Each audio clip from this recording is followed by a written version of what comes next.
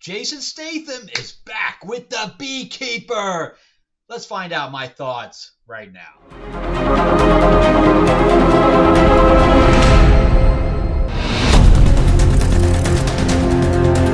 All right, so The Beekeeper.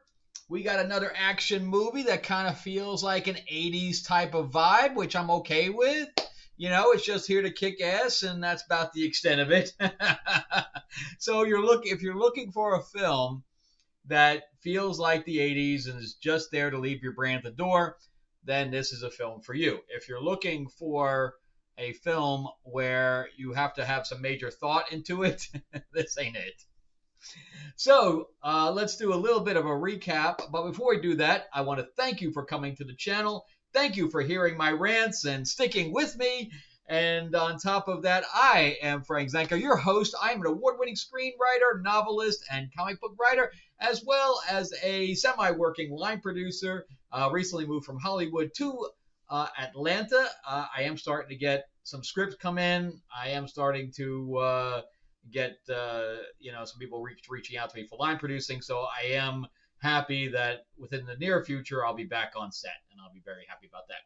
But in the meantime, we are going to talk about movies.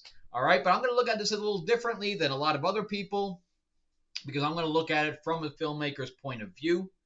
And so as a casual viewer, you may not care about some of the stuff I'm going to go into. But if you're interested in kind of seeing on the filmmaker point of view, then this may be the channel for you. So, and as far as, I some of the stuff that I've written is behind me. So if you're interested in seeing any of that, I have a link below if you're interested in reading anything that I've written. But in the meantime, let's talk about The Beekeeper. So as I said, it's kind of a leave your brain at the door kind of film, but it's kind of got this Rambo type vibe to it. And on top of that, it's very Punisher-esque. So I'm not talking about the Punisher from the TV shows or the movie or anything like that. I'm talking about the Punisher from the comic. And the biggest line in there, of course, was also taken in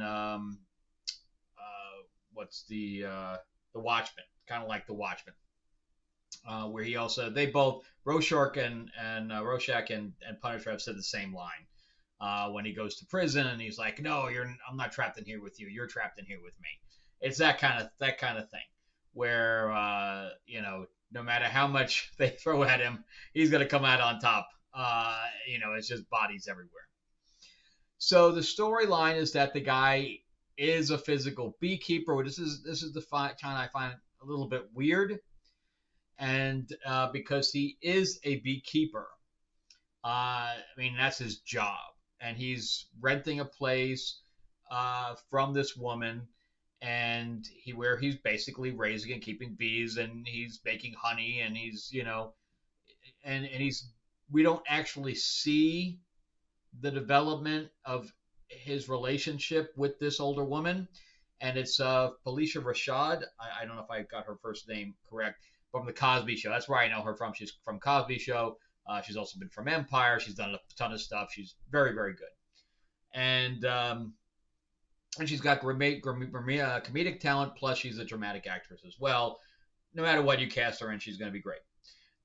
So we have that portion of it, and I like where they went with this. So they touched on a topic that nobody else really talks about, and they made it very personal, and that is scammers on phone/computer to elderly.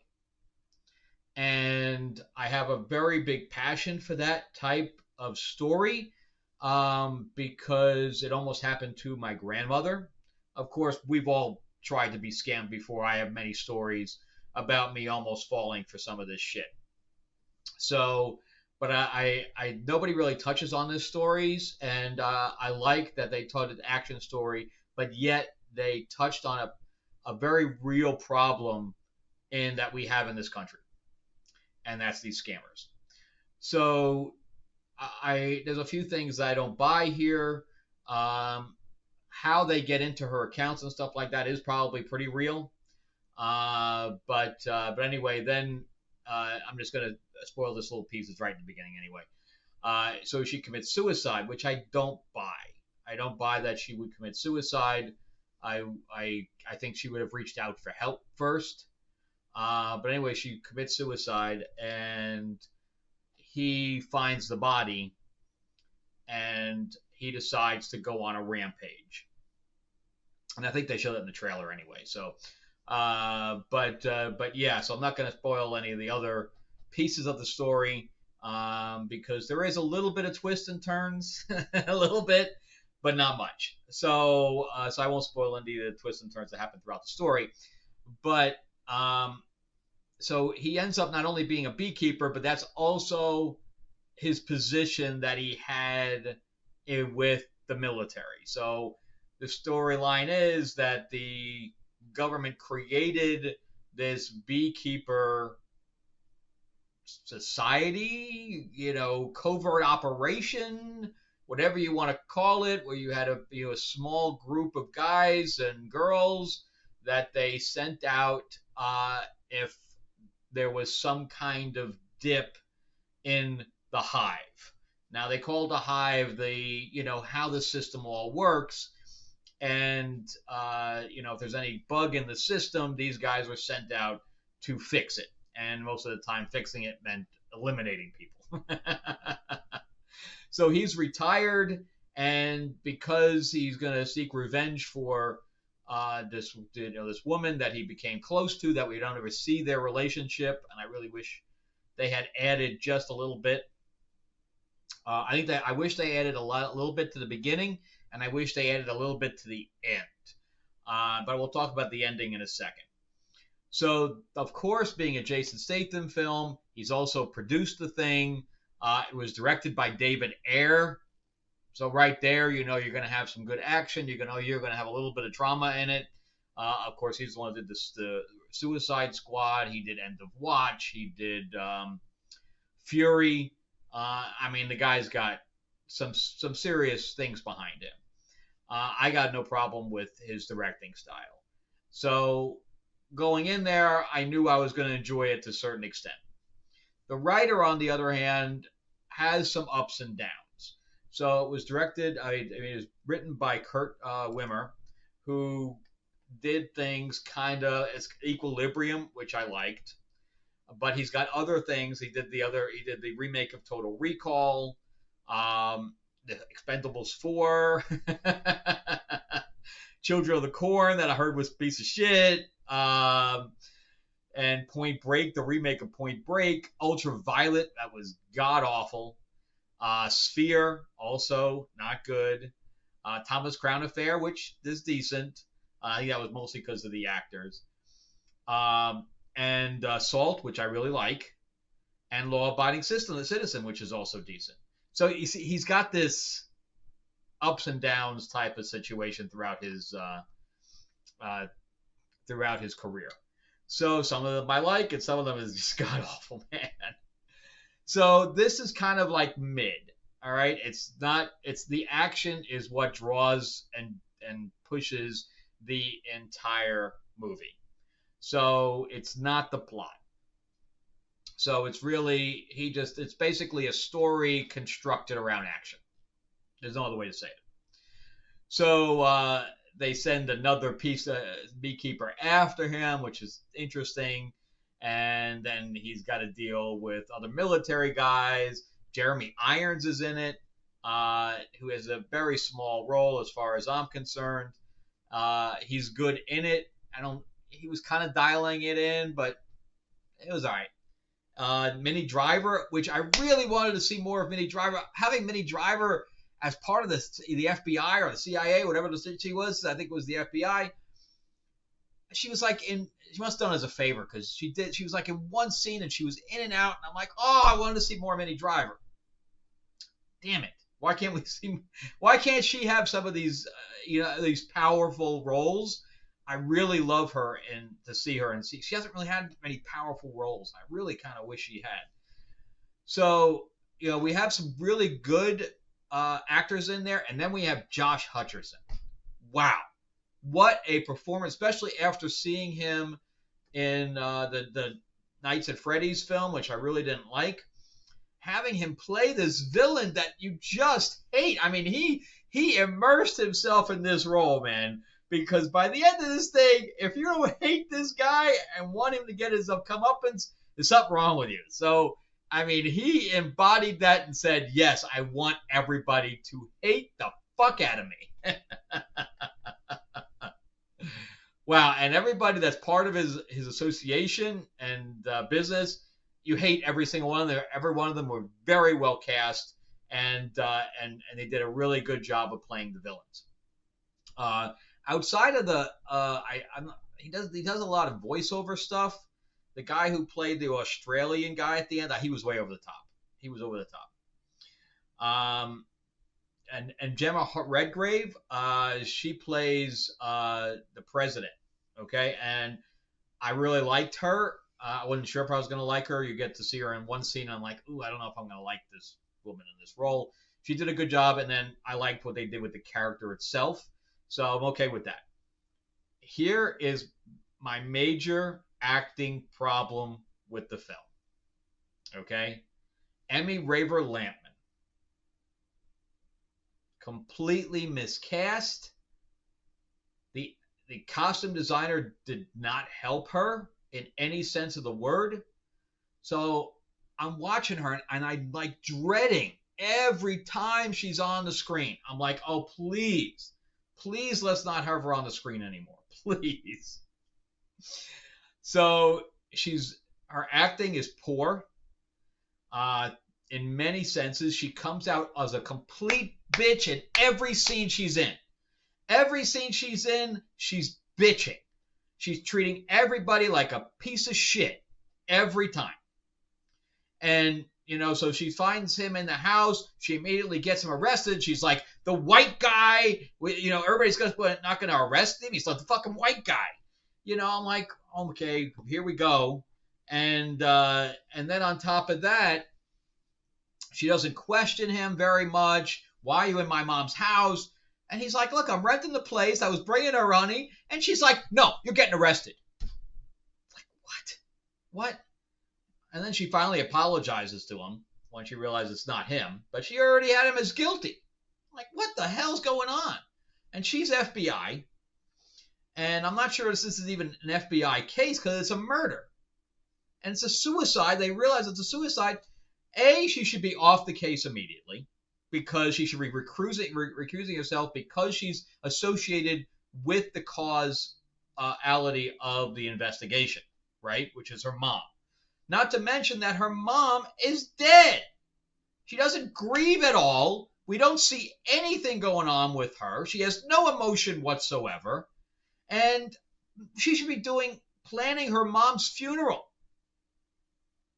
I don't know any other job, even the FBI would be going, go home. Plus they call her in on her day off. She doesn't change clothes. She's walking around for half the movie in jeans that make her ass looks, I don't know how fat. I mean, it looks big. And I'm like, wow. I mean, she has this belt that's, her guts kind of hang. I'm like, whoa, what's going on here? An FBI agent? And on top of that, you're walking around with jeans and rips in them throughout half the movie going into the office? What are we talking about here? And then even at the end, she's in a suit and she has rolled up pants so you can see her, her ankles. And I'm like, no way is the FBI working that way. No way. So her acting was poor. The costume was poor. Her attitude was poor. She's throwing things at her partner, treating him like a piece of dirt. It was just bad. She was just bad. I really wish she wasn't in it. And then I looked her up because I'm like, she's got to be like friends or family of whoever's producing this thing. I can't imagine how she got this role. And then I realized that she was in Umbrella Academy. She was like she doesn't look the same because her hair is, she doesn't have the I guess whatever wigs that she was wearing for Umbrella Academy. She has a fro instead. And I'm like, that's the same girl? She was like my favorite character in Umbrella Academy. I thought she was great. She voted very well in Umbrella Academy. She was sensitive to the other characters, and here she was playing a complete bitch, and I don't understand why. So it didn't even feel like the same actress to me. It just did not feel. And you guys tell me what you think if you've seen Umbrella Academy and then you see this movie, if it even feels like the same actress. So anyway, that was my big problem. So I think the production design is great. They did all these call centers with these big screens in the back and stuff like that. Really good stuff. The whole warehouse thing that the shed that he lived in with all of his equipment, done very, very well.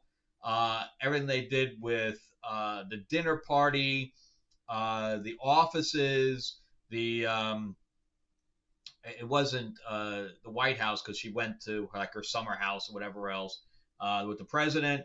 Really good work in that whole house. So the production design was right on. I would say that the cinematography was decent. And that was, so the beginning needed some more build up with his relationship with her.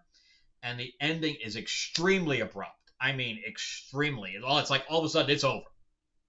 And I'm like, what just happened? What? Why? Why don't I see even some kind of a text that says something about the amount of money that's stolen from elderly?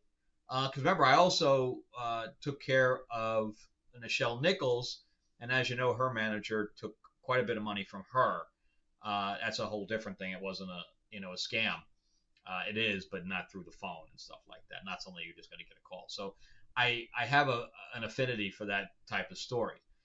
But yeah, so even my grandmother, they had called my grandmother saying it was me and that I was hurt and I couldn't do anything and send me money.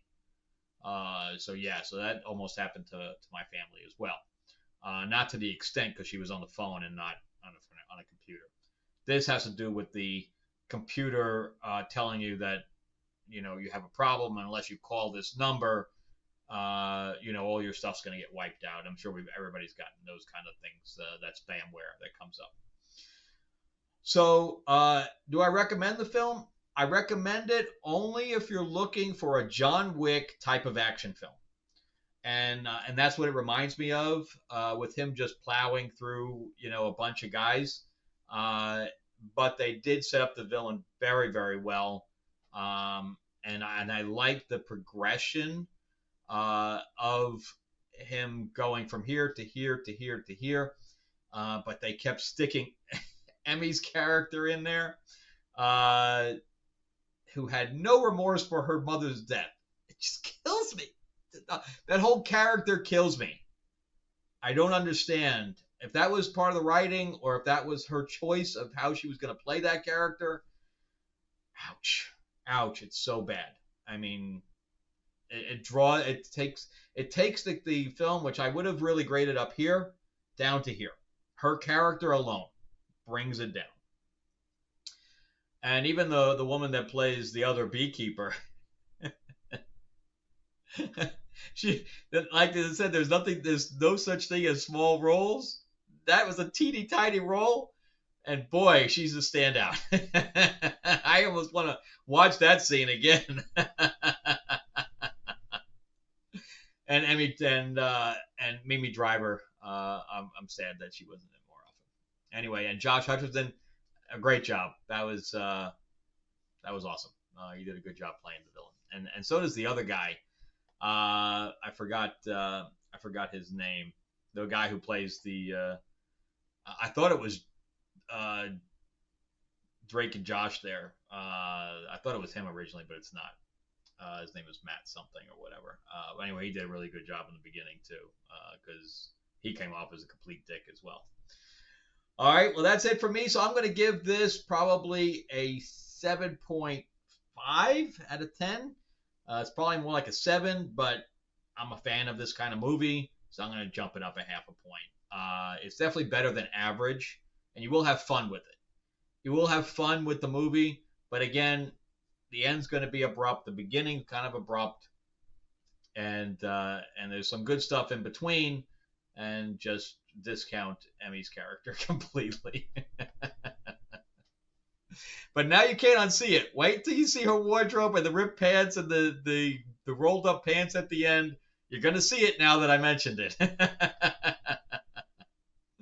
Anyway, Happy New Year, guys, and thank you so much for watching. Remember that at the end of the month, I'm going to start to work on building out the late pledge for my Vampire Mob set in 1950s, which is Lords of LA, and I am working diligently on getting the card game that Mark Spears and I, who does some Spawn covers, we're doing a classic Monsters game called Riftstorm, and it's going to be a really great card game. So hopefully you guys will like it once I finish it. All right, and check out some other videos here. Remember to give me the thumbs up, give me the middle finger, and on top of that, make sure you subscribe, because if you're not subscribed, only question for you is, why the hell not? Talk to you soon, guys. All right, have a good one.